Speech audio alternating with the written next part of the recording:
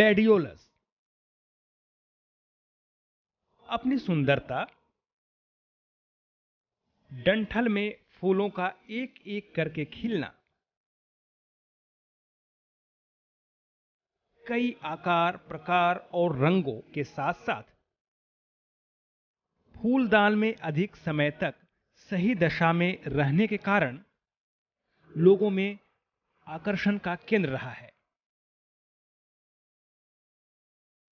व्यावसायिक दृष्टि से इसे कटे फूल उत्पादन के लिए उगाया जाता है, लेकिन साथ ही साथ उद्यान को सुंदर बनाने और क्यारियों और गमलों में भी इसे लगाया जाता है। कटे फूल को गुलदस्ता, मेज सज्जा, साथ साथ भीतरी सज्जा के लिए मुख्य रूप से उपयोग किया जाता है। ग्लैडियोलस की मुख्य रूप से दो तरह की किस्में होती हैं, एक बड़े फूल वाली और दूसरी छोटे फूलों वाली, जिसे कि बटरफ्लाई के नाम से भी जानते हैं। बहुत से किस्मों में फूल के बीच का भाग, जिसे ब्लाच कहते हैं, दूसरे रंग का होता है, जिससे इसकी सुंदरता बढ़ जाती है। व्यावसायिक रूप से उत्पादन के लिए जो इसके किस्में हैं वह हैं friendship white, friendship pink, watermelon pink, lily Oscar, Jackson, विस्विस और यूरोविजन। वैसे भारत में विकसित जो मुख्य किस्में हैं उसे आरती, अप्सरा, अग्निरेखा, सपना, शोभा, सुचित्रा, मोहनी, मनोहर, मयूर, मुक्ता, मनीषा और मनहार के नाम से भी जाना जाता है। ये फूल काफ़ी रंगों का होता है, जैसे गुलाबी हो गया, नारंगी हो गया, सफ़ेद हो गया और मिक्स्ड कलर्स में भी आते हैं, ये पीला हो गया। तो जैसे आप देख रहे हैं इसमें जो है ये हमारा हो गया अमेरिकन हाइब्रिड, ये जो लगा हुआ यहाँ पर है अमेरिकन हाइब्रिड है। और इसमें जो है ये भी पुष्प जो है इसमें कम से कम इसको इस फ्लावर स्पाइक में 14 फूल खिलते हैं। इसके प्रभेद, एक दो प्रभेद जिनको मैं बता सकती हूँ, जैसे एक तो अमेरिकन हाइब्रिड हो गया, वो तो हाइब्रिड वैरायटी में हो गया। दूसरा है मैजेस्टी, पूसा मैजेस्टी और ब्लैक ब्यूटी। इसमें ये हम करते हैं कि एक बार जब हम कंद लगा देते हैं तो उसको हम छोड़ते नहीं हैं। अगर आप छोड़ भी देंगे उस स्थान पर तो फूल तो आता ही है पर अच्छा किस्म का नहीं आएगा। तो इसलिए हम इसको लगाने के 3 महीने बाद हमारा इसमें फूल आ जाता है। इस पौधे में 3 महीने बाद फूल आता है और जैसे ही फूल ख़त्म होता है उसको हम पूरा नीचे से एक बीता तक काट के उसको रखते हैं, एक बीता ही रखते हैं, ताकि इसमें कंदों की जो बढ़ोतरी हो अच्छी प्रकार से और भली भांति हो और जो कंद का साइज़ हो काफ़ी बड़ा हो, ताकि फूल का आकार भी हमें बड़ा मिल जाता है। आइए अब हम ग्लैडियोलस के प्रवर्धन के बारे में बात करते हैं।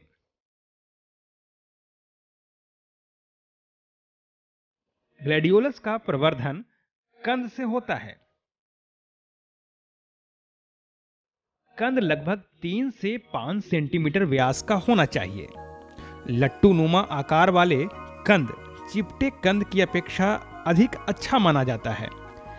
एक कंद से कई छोटे छोटे कंद, जिन्हें कारमेल कहते हैं, तैयार होते हैं। कंद रोपण का उपयुक्त समय सितंबर और अक्टूबर माह है। खुदाई के बाद कंद लगभग 3 माह तक सुषुप्ता अवस्था में रहते हैं, इसलिए सुषुप्ता अवस्था में इनकी रोपाई न करें, अन्यथा इनका अंकुरण ही नहीं होगा। रोपाई करने के पहले भूरे रंग के बाहरी छिलके को हटाकर उपचारित करने के बाद ही लगाना चाहिए। ज्यादा बेहतर तो यही होगा कि कंदों को अंकुरित करके लगा सकें। अभी देख रहे हैं, अभी हमारा जो जाड़े के मौसम में जो कंद वाले फूल हैं, जिसको हम ग्लैडियोलस कहते हैं, इसके लगाने का समय सितंबर से ही शुरू हो जाता है। सितंबर से नवंबर तक कंटिन्यूअस रहता है। ऐसे तो इसमें फूल हमेशा आते रहते हैं, लेकिन जो मौसम इसका मेन मौसम हुआ उसके लगाने का समय अक्टूबर में होता है। और इसका जो कंद होता है, इसके कंद का मतलब कम से कम 3 से 4 सेंटीमीटर इसका डायमीटर होना चाहिए। गोल्ड रंग का इसका प्याज जैसा कंद होता है।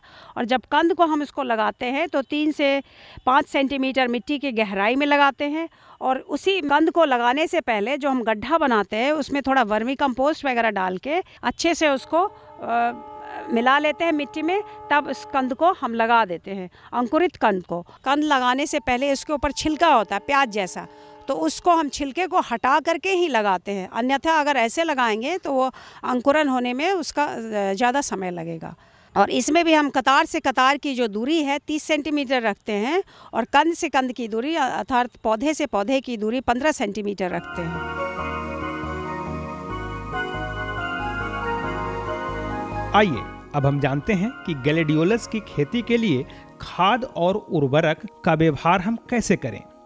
ग्लैडियोलस की अच्छी उपज के लिए कंपोस्ट, नाइट्रोजन, फास्फोरस और पोटाश जैसे खाद और उर्वरक का प्रयोग करना चाहिए। समय समय पर जो हमारा यूरिया है, डीएपी है, म्यूरेट ऑफ पोटाश है, उसको देते रहना चाहिए। और 30 से 60 दिन के अंतराल पर फिर हम एक बार यूरिया का स्प्रे इस पे कर देते हैं ताकि पौधे का विकास अच्छी प्रकार से हो। खेत को खरपतवार से मुक्त रखने के साथ ही जड़ पर दोबारा मिट्टी चढ़ाएं। एक तो 3-4 पत्ती की अवस्था में, दूसरी बार जब स्पाइक निकलने लगे तो, और साथ में आवश्यकता अनुसार सिंचाई भी करें।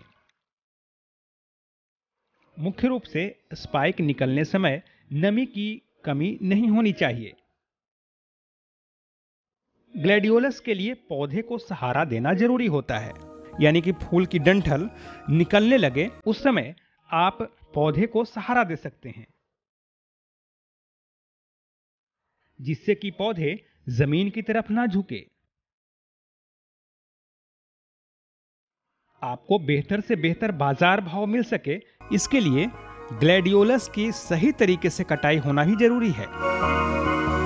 सबसे नीचे वाले फूल को रंग दिखाई देते ही तेज चाकू या सिकैटियर की मदद से स्पाइक को काटने के तुरंत बाद बाल्टी में रखे पानी में ही स्पाइक को रखें। और इसका भी यही खासियत है कि जैसे ही नीचे जो कली है, कली का रंग जैसे ही दिखता है तभी उसको हम बाज़ार के लिए भेज देते हैं। अन्यथा क्या होगा कि जब सारे फूल खिल जाते हैं तो फिर वो ज़्यादा दिन टिकेंगे नहीं। तो जैसे ही मतलब नीचे का 2 कली का रंग दिखने लगता है तब हम उसको काट सकते हैं। इसको पानी में रख करके कम से कम 1 सप्ताह तक आसानी से इसको रखा जा सकता है। इसका बाज़ार भाव भी बहुत अधिक है। बाज़ार में तो तकरीबन एक जो स्पाइक है 5 रुपया प्रति स्पाइक के दर से बिकता है। ग्लैडियोलस में कीड़े और बीमारियों के बारे में भी आपको हम बताते हैं। ग्लैडियोलस को थ्रिप्स कीड़ा से ज़्यादा नुकसान होता है। और रोगों की बात करें तो ग्लैडियोलस में मुख्य रूप से भूमि जनित 2 बीमारियां भी इसमें लगती है। आइए इसके बारे में हम जानते हैं अपने वैज्ञानिक से। इसमें कीट व्याधि तो नहीं लगते हैं, पर जैसे कंद है हमारा, कंद में जो है डैम्पिंग ऑफ लगने के कारण इसको हम कंद लगाते समय ही इसको थीरम या कैप्टम 2 ग्राम 1 लीटर पानी में 1 केजी उसमें कंद को डाल करके उसको लपेट देते हैं और थोड़ा छाया में सुखाने के बाद ही कंद को लगाते हैं ताकि बीमारी से ये मुक्त रहे। जैसे ही इसके फूल पूरे खिल जाते हैं तो फूल खिलने के ज़मीन से 1 बित्ता तक उसका काट लिया जाता है। उसके स्पाइक्स को काट करके डंठल को हटा दिया जाता है, पत्तियों को हटा देते हैं और तकरीबन उसको 1.5 महीना मिट्टी में ऐसा छोड़ दिया जाता है। बीच में 1-2 बार पानी की आवश्यकता पड़ती है तो पानी पटा देते हैं ताकि उसका कंद का जो है विकास काफ़ी अच्छा हो। कम से कम 5 सेंटीमीटर डायमीटर हो उस कंद का, ताकि जो है इसमें फूल जो खिले काफ़ी। अब इसके लाभ के बारे में हम अगर बात करें तो ग्लैडियोलस की खेती से 1 हेक्टेयर क्षेत्रफल में लगभग 2 से 2.5 लाख पुष्प डंठल की बिक्री की जा सकती है। इस फूल की मार्केटिंग वैल्यू जो है काफ़ी अच्छा है। बाज़ार में ये बहुत महंगे फूल बिकते हैं और किसान भाई अगर लगाना चाहते हैं तो जो मैं विधि बताई उस विधि से लगा सकते हैं और अच्छा मुनाफा कमा सकते हैं। जैसे ये जो फूल है उसको बुके बनाया जा सकता है, शादी ब्याह में गाड़ियों को सजाने के काम में भी आता है और इसको हम कट फ्लावर के रूप में इस्तेमाल करते हैं और इसको टेबल पर सजावट के लिए भी इस्तेमाल किया जा सकता है। 1 हेक्टेयर में अगर हम लगाते हैं तो 2 से 2.5 लाख का खर्च आता है और 3 से 3.5 लाख का इसमें आमद, एकदम शुद्ध आमद मिल सकता है। और हमारे जो राष्ट्रीय बागवानी मिशन है इसमें भी ये मदद करती है हमारे किसानों को। जिन किसानों के पास 2 हेक्टेयर तक ज़मीन है वो राष्ट्रीय बागवानी मिशन से मदद ले सकते हैं और इनको करीबन 50% तक मुनाफा दिया जा सकता है। तो किसान भाइयों, इन सुंदर सुंदर ग्लेडियोलस को आप भी अपने बागान में लगाएं। अगर आपको इसकी खेती समझ में आए तो आप इसकी व्यावसायिक खेती भी कर सकते हैं। साथ में आपको सरकार की योजनाओं के तहत इसका लाभ भी मिल सकता है। तो देर किस बात की, आप भी इस बार तैयार हो जाएं ग्लेडियोलस की खेती के लिए।